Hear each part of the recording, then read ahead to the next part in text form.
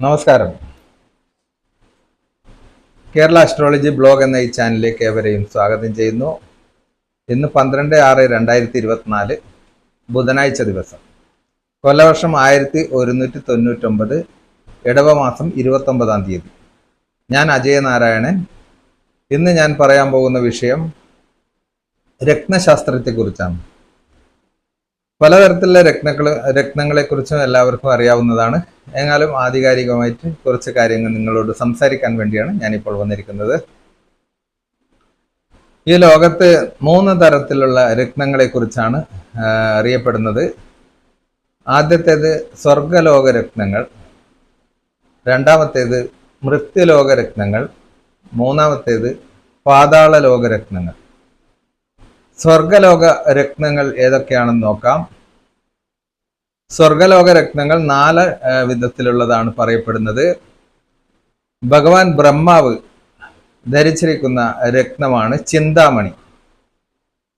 നല്ല തുമ്പപ്പൂവിൻ്റെ നിറമുള്ള വളരെയധികം ജ്വലിച്ചു നിൽക്കുന്ന ആ രത്നം ഭഗവാൻ ബ്രഹ്മാവ് ധരിച്ചിരിക്കുന്നു എന്നാണ് സങ്കല്പം. ബ്രഹ്മാവിൻ്റെ എല്ലാ വിജയങ്ങളും ഈ ചിന്താമണിയിലൂടെയാണ് എന്നാണ് ബ്രഹ്മാവ് വിശ്വസിക്കുന്നത്. അതുപോലെ മഹാവിഷ്ണു ധരിച്ചിരിക്കുന്ന രത്നമാണ് കൗസ്തുഭം. കൗസ്തുഭം താമര പൂവിൻ്റെ നിറമാണ്. 1000 സൂര്യ തേജസ്സോടുകൂടെ തിളങ്ങുന്ന ആ കൗസ്തുഭ രത്നം ഭഗവാൻ മഹാവിഷ്ണു ധരിച്ചിരിക്കുന്നു. ഭഗവാൻ ശിവൻ ധരിച്ചിരിക്കുന്ന രത്നമാണ് രുദ്രമണി. രുദ്രമണി സ്വർണ്ണ നിറത്തിലുള്ള വളരെ ദിവ്യമായ ആ രത്നം ഭഗവാൻ ശിവഭഗവാൻ ധരിച്ചിരിക്കുന്നു എന്നാണ് സങ്കല്പം. ദേവേന്ദ്രൻ ധരിച്ചിരിക്കുന്ന രത്നത്തിന്റെ പേരാണ് ജമന്തകം. ജമന്തകം നീല കളറുള്ളതാണ്. വളരെയധികം പ്രഭയോടും വളരെ ദിവ്യമായ ആ രത്നം ദേവേന്ദ്രന്റെ എല്ലാ വിജയങ്ങൾക്കും ആ സെമന്തകം രത്നമാണ് എന്നാണ് പറയപ്പെടുന്നത്. ഇതൊക്കെയാണ് സ്വർഗലോക രത്നങ്ങൾ. ഇനി ഭൂമിയിൽ കിട്ടുന്ന രത്നങ്ങളെയാണ് മൃത്യലോക രത്നങ്ങൾ എന്ന് പറയുന്നത്. ഈ രത്നശാസ്ത്രജ്ഞന്മാരുടെ അംഗീകാരമുള്ള 84 തരത്തിലുള്ള ഈ രത്നങ്ങൾ ഈ ഭൂമിയിലുണ്ട് എന്നാണ് പറയുന്നത്. അതുകൂടാതെ അതിൻ്റെ മാറ്റ് കുറഞ്ഞ അതും പലതരത്തിലുള്ള രത്നങ്ങൾ കിട്ടുന്നുണ്ടെന്നാണ്. പക്ഷെ അംഗീകാരത്തോടു കൂടിയില്ല. 84 തരം രത്നങ്ങളാണ് ഈ ഭൂമിയിലുള്ളത്. ഇന്ത്യ മഹാരാജ്യത്തെ ഈ രത്നശാസ്ത്രജ്ഞൻ വിദ്വാൻമാരുടെ ആ അഭിപ്രായത്തിൽ 84 രത്നങ്ങൾക്കാണ് പ്രസക്തിയുള്ളത്. അതിലേറ്റവും പ്രസക്തമായ 9 രത്നങ്ങളെ കുറിച്ചാണ് ഞാൻ പറയാൻ പോകുന്നത്. 9 രത്നങ്ങൾ നവഗ്രഹങ്ങളെ അടിസ്ഥാനമാക്കിയിട്ടാണ് ഇത് ഞാൻ പറയാൻ പോകുന്നത്. നവഗ്രഹങ്ങൾ 7 നക്ഷത്ര ഗ്രഹങ്ങളും 2 നിഴൽ ഗ്രഹങ്ങളായ രാഹുകേതുക്കളെയും, അങ്ങനെ ടോട്ടൽ 9 രത്നങ്ങളാണ് പ്രധാനപ്പെട്ടതായി മഹത്തരമായിട്ട് പറയുന്നത്. അതിലേറ്റവും മഹത്തരമായിട്ട് പറയുന്നത് മാണിക്യം, മരതകം, അതുപോലെ മാണിക്യം, മരതകം, ഇന്ദ്രനീലം എന്നീ 3 രത്നങ്ങളെ കുറിച്ചാണ് വളരെയധികം പ്രസക്തമായിട്ട് പറയുന്നത്. മരതകം എന്ന് വെച്ചാൽ സർപ്പത്തിന്റെ കണ്ണിന്റെ കാഴ്ച കുറക്കുമെന്നാണ് പറയുന്നത്. അപ്പോൾ ഈ രത്നങ്ങൾ 9 രത്നങ്ങൾ ഏതൊക്കെയാണെന്ന് നമുക്ക് പരിശോധിക്കാം. വൈഡൂര്യം, വജ്രം, മാണിക്യം, മുത്ത്, പവിഴം, ഗോമേതകം, മഞ്ഞപ്പുഷ്യരാഗം, ഇന്ദ്രനീലം, മരതകം. ഇംഗ്ലീഷിൽ പറയുകയാണെങ്കിൽ cat's eye, diamond, ruby, pearl, coral, zircon, yellow sapphire, blue sapphire, emerald. ഈ 9 രത്നങ്ങളും 9 ഗ്രഹങ്ങളെ സംബന്ധിച്ച് ആണ് പറയുന്നത്. ഓരോ ഗ്രഹങ്ങളും ഈ ഏതൊക്കെ രത്നങ്ങളെയാണ് പ്രതിനിധാനം ചെയ്യുന്നത് എന്നാണ് ഞാനിപ്പോൾ പറയാൻ പോകുന്നത്. വൈഡൂര്യം എന്ന വൈഡൂര്യം കേതു എന്ന ആ നിഴൽ ഗ്രഹത്തിന്റെ അതിനെ പ്രതിനിധീകരിക്കുന്നതാണ്. അതുപോലെ മാണിക്യം എന്നത് സൂര്യനെ പ്രതിനിധീകരിക്കുന്ന രത്നമാണ്. വജ്രം ശുക്രനെ പ്രതിനിധീകരിക്കുന്നു. അതുപോലെ മുത്ത് ചന്ദ്രനെ പ്രതിനിധീകരിക്കുന്നു. പവിഴം ചൊവ്വയെ പ്രതിനിധീകരിക്കുന്നു. മരതകം ബുധനെ പ്രതിനിധീകരിക്കുന്നു. മഞ്ഞ പുഷ്യരാഗം ഗുരുവിനെ പ്രതിനിധീകരിക്കുന്നു, വ്യാഴത്തെ പ്രതിനിധീകരിക്കുന്നു. അതുപോലെ ഇന്ദ്രനീലം ശനിയെ പ്രതിനിധീകരിക്കുന്നു. ഗോമേതകം രാഹുവിനെ പ്രതിനിധീകരിക്കുന്നു. ഇത് എങ്ങനെയാണ് ധരിക്കേണ്ടത് എന്നുള്ളത് കൃത്യമായിട്ടുള്ള നല്ല ജ്യോതിഷികൾ, ഈ രത്നശാസ്ത്രം പഠിച്ച ജ്യോതിഷികളെ കണ്ട് അതിൻ്റെ കൃത്യമായ ഒരു നിരീക്ഷണത്തിലൂടെ മാത്രം ധരിക്കേണ്ടതാണ്. ഇന്നത്തെ ഈ ആധുനിക ലോകത്ത് എല്ലാ മനുഷ്യരും പൂജകർമ്മങ്ങളൊന്നും ചെയ്യാൻ പറ്റാത്ത വളരെ സ്പീഡായിട്ട് ജീവിക്കുന്ന ആൾക്കാർക്ക് വളരെയധികം ഉപകാരപ്രദമായിട്ടുള്ള ഒരു കാര്യമാണ് ഈ രത്നധാരണം. പണ്ട് കാലങ്ങളിലും രാജാക്കന്മാർ പല യുദ്ധങ്ങളിലും ഈ രത്നങ്ങളെല്ലാം ധരിച്ചിട്ട്, ചില രാജാക്കന്മാരുടെ വിശ്വാസം ഇന്ന് രത്നം ധരിച്ചത് കൊണ്ടാണ് ഈ യുദ്ധം ഞാൻ ജയിച്ച് കയറിയതെന്ന് പറയുന്നു. ചില ആൾക്കാർ വലിയ പ്രശ്നങ്ങളും കടങ്ങളും വളരെയധികം ബുദ്ധിമുട്ടായിട്ടുള്ള ആ ഒരു സന്ദർഭങ്ങൾ ചില രത്നങ്ങൾ ധരിച്ചപ്പോൾ അവരുടെ ആ പ്രശ്നങ്ങളെല്ലാം മാറിക്കിട്ടിയതായിട്ട് പറയുന്നുണ്ട്. ചില രത്നങ്ങൾ ധരിച്ച പാമ്പ് കടിയിൽ നിന്ന് രക്ഷപ്പെട്ടതായിട്ട് പറയുന്നുണ്ട്. ചില രത്നങ്ങൾ ധരിക്കുമ്പോൾ കപ്പൽ മുങ്ങി താഴുന്ന സമയത്ത് അവർ അത്ഭുതകരമായി രക്ഷപ്പെട്ട കഥകളെല്ലാം ഒരുപാട് പറയുന്നുണ്ട്. അതുമാതിരി പുരാണങ്ങളിലും ദേവന്മാരും വൈഷ്ണവ കാലഘട്ടത്തിലെല്ലാം ദേവന്മാർ ജീവിച്ചിരിക്കുന്ന കാലത്ത് എല്ലാവരും രത്നങ്ങൾ ധരിക്കാറുണ്ട്. സമന്തകമണി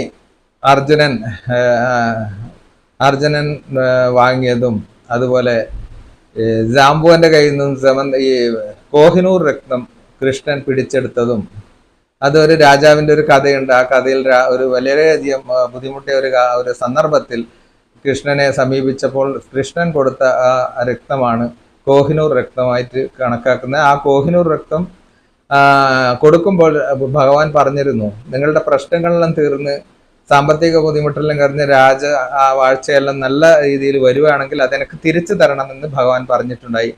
എല്ലാ സന്ദർഭങ്ങളിലും നന്നായി രാജാവ് പഴയതുപോലെ നല്ല ആർഭാടത്തോട് ജീവിക്കുമ്പോൾ ഈ രത്നങ്ങൾ കൊടുക്കാൻ അവർക്ക് മനസ്സുണ്ടായിട്ടില്ല. അത് കാരണം ആ ഒരു കാരണം കൊണ്ട് ഭഗവാൻ പല പ്രാവശ്യം ദൂതന്മാരെ അയച്ചിട്ടും തിരിച്ചു കൊടുക്കാത്തതിനാൽ അതിൻ്റെ ഒരു പാപം ആ രാജാവിനെ ഏൽക്കുകയും ആ രാജാവ് കാട്ടിൽ പോയി നായാട്ടിന് പോയപ്പോൾ ജാംബുവനെ കണ്ടുമുട്ടുകയും ജാംബുവൻ ഈ രാജാവിനെ കൊന്ന് ആ രത്നം കൈക്കലാക്കുകയും ചെയ്തു.